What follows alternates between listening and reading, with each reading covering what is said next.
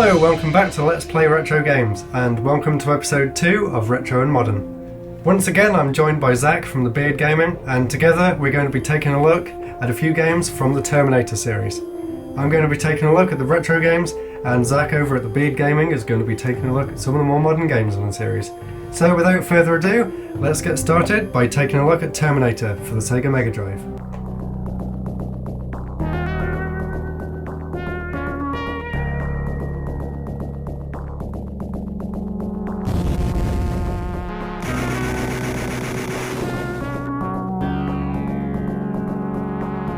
The Mega Drive did such a cool job of recreating the intro from the movie. It's just a shame that the rest of the game doesn't live up to that. So, after a brief introduction, we're dropped straight into the first mission. It begins on the battlefield, and the first thing you'll notice is the fact that you don't have a gun, which is a shame because I really like running gun shooters. But we have this sort of ball attack that sort of goes in a weird arc. Here's the first enemy, one of the machines in the battlefield, and you can pretty much kill it just by standing completely still. But never mind, let's carry on.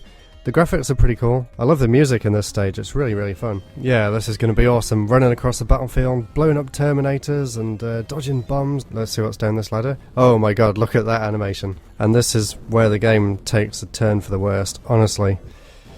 Just look at this. Some of the worst level design I've ever seen. Completely ridiculous. The angle that you throw your grenades at, they explode when they hit the ceiling.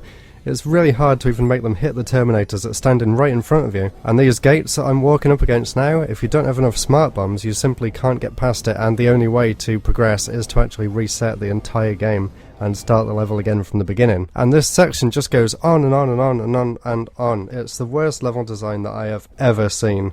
And I'm not joking. You can see here how I'm trying to duck to throw the grenades at the Terminators and I simply can't hit them. And even when I do hit them, another one comes up from behind and just shoots me in the back. It's incredible. I don't know what they were thinking when they designed this. And when you finally get past this bit, which took me about 5 tries, then you're greeted with an unlimited supply of these special bombs that seemed so hard to get to begin with. And after this point, frankly, I just gave up caring. It was the same enemies over and over again. With the ridiculous jump-in mechanics, it's almost impossible to get through the first level. Although I gave up playing here, I did have a look online, and apparently the entire game is only 15 minutes long.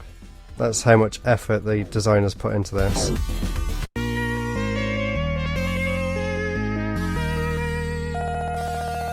And this is where I'll terminate this review. Over to you, Zach. I hope you've got a better game than this one to show me.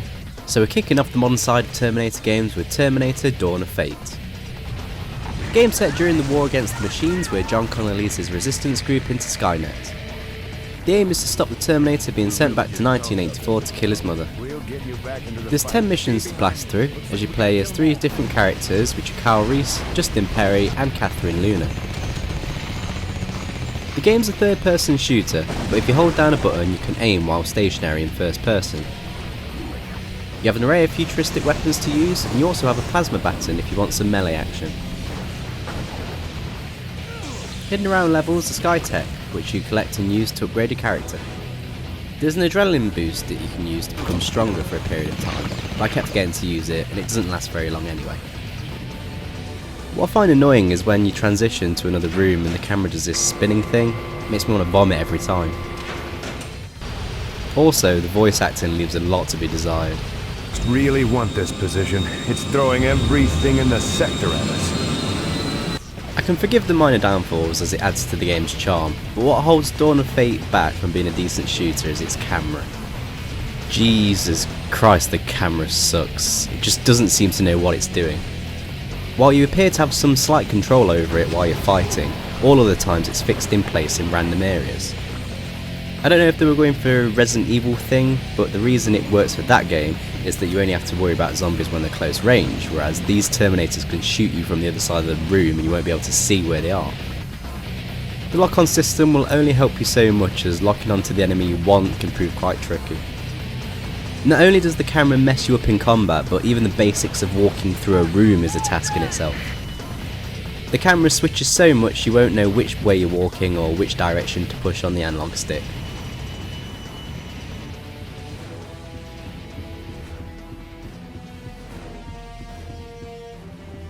That being said, if you can get past the shoddy camera and you're a die-hard Terminator fan, you may get some enjoyment out of Dawn of Fate, but for everyone else, The camera and the repetitive gameplay is just too much for me to recommend.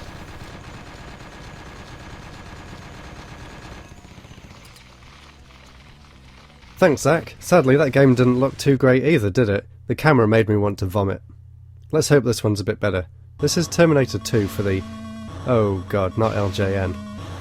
Okay, this is Terminator 2 for the Gameboy, released in 1992. It begins in a battlefield, pretty similar to the megadrive game that I just showed. Seems a little bit better though, at least the jump is controllable this time. And the gun, the bullets go in a straight line. Good job, LJN. So, you run to the end of the level, blasting away at the Terminators that try and stop you. And then, what's this? Gotta destroy the 5 power generators? Must be hit in the correct order. Tallest. Oh my god, why can I not just play a side-scrolling action game? That's all I want. Come on. So, I think I've managed to figure out the right order for all these generators to be shot in. Took a lot longer than I would have liked, and oh, what's this? The generators have been shot in the wrong order. And that's it, back to the title screen. So, let's try again. I can do this. It's not that hard, is it? It's only one little level. But honestly, this is ridiculous. It gets to the point where you're counting the individual pixels on the towers to find out which one's the biggest. I'm playing this on a 40-inch TV. Just imagine the struggle that 90s kids had playing this on the original Game Boy. What a stupid design. I take back my statement from the last game, this is the worst level design ever. So, once you've finally got past this and destroyed them in the right order, it's on to the second stage, which is inside Skynet. This stage isn't so bad, you just have to find a certain room, which I think I stumbled upon by accident. I didn't really know where I was going. So, now we're on to level 3. Or not. Instead we have this sort of minigame where you have to reprogram the Terminator. Seems kind of interesting. Not too hard. Makes a change. So there we go, I think we've done this. On to level 3. Oh, what's this? Just circuit 1. Okay. Let's try again. This one looks a bit more complicated. This one actually took a few tries, to be honest. So, here we go. Managed to do this one. Now it's on to stage 3. Oh, are you kidding me? I don't really have to do another one, do I? You know what? I'm done. Zach, save me from this nightmare. Thank you, Nick. Wasn't expecting much quality after seeing that LGN logo. Okay, second modern Terminator game I'm tackling is Terminator 3 Rise of the Machines. As you may have guessed, it's based off the third Terminator film and pretty much follows the plot of the film where the Terminator is sent back to 2003 to protect John Connor and Kate Brewster. There's also a lot of frankly boring added backstory at the start of the game too. The game's a first person shooter with added third person fighting segments.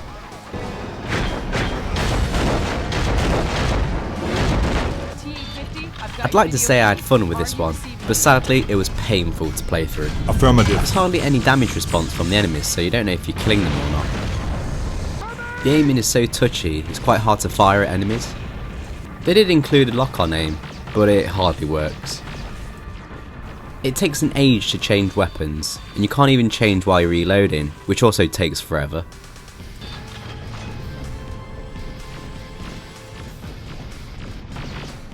So what about the fighting segments? Well, surprise surprise, they're horrible too. They just boil down to mashing one button over and over. There is a block move apparently, but I can't get it to work. At least there's a Terminator vs Terminator fight you can play through. Maybe this is where they got the idea for Terminator Genesis.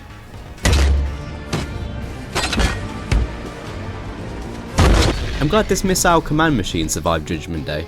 I had far more fun playing it than the actual game itself. I'm sure John Connor would agree too. Somehow they got Arnold to record some stupid one-liners for the game. So as you play, it sounds like someone's clicking random quotes on an Arnold Schwarzenegger soundboard. Lock and load. Playing through this game, I keep asking myself, why? Why is that guy not dying? Why am I not dying? Why is this dude running around in circles? Why is this robot floating? Fire at will! And why is this robot breakdancing? Ultimately, the answer to all these questions is that the game is a buggy mess that was rushed to coincide with the release of the Terminator 3 DVD. I'd say the best part of the game is the demo that's included for Terminator 3 The Redemption. So I'll cover that game next. Let's hope it's a redemption for this awful game. Thanks, Zach. So not many good games yet. Hopefully this will change with the last game here, Terminator 2, the arcade game. And I looked up online, and yes, you can use the Super Scope for this. So let's get it plugged in and kill some Terminators.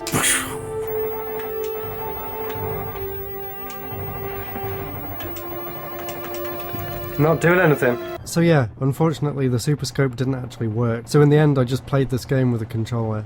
And I'm sure it would be a lot more fun with the Super Scope because playing it with the controller is just really boring, to be honest. The game is really uninspiring. You have two basic attacks. You can either use your gun or you can press the B button to use a special grenade that actually kills the enemies in one hit. The gun that you have to start with is a machine gun, and I didn't realise it actually starts running out of ammo after a while, so you have to be really careful. But the game just drags on, and I couldn't even get past the second stage. It just goes on and on and on and on. It's really not very exciting. To be honest, even if I saw this in the arcade, I wouldn't be that excited about it. I think I'd rather play something like Afterburner. Yeah, good choice. So as you can probably tell, I'm not too enthusiastic about this game. There's really nothing else to it. You can shoot a few boxes to get a bit more ammo, but apart from that, there's really nothing to it. Certainly didn't hold my attention for too long. Sorry to end the episode on a kind of dull note, but this game just really doesn't have much going for it. Terminator 3 The Redemption. Quite a fitting name, as this game is a lot better than its predecessor. Atari pretty much knew that their Rise Against the Machines game was absolute bobbins, so they went back to the drawing board to create a new game based around roughly the same plot. This one plays as a blend of third-person combat, driving and shooting. The level of action in this game is ramped way up high as you'll be destroying tons of Terminators with massive weaponry, jumping to and from vehicles and using their inbuilt weapons against their own. That red Terminator vision now has some purpose, which in the previous games was useless. Turning it on makes you more powerful for a brief amount of time. You can upgrade the length and damage boost you get from this at the end of each level. The game has 14 different missions which don't take very long to complete. The game does get increasingly difficult throughout, which adds some longevity. There's a fine line the game walks between being too hard that you want to give up with it, and being not so hard that you want to keep playing, as the missions are pretty short. I had to replay the later levels a lot to remember correct paths during driving segments. You'll find yourself dying a lot in the last few stages. This level right here is a royal pain in the arse.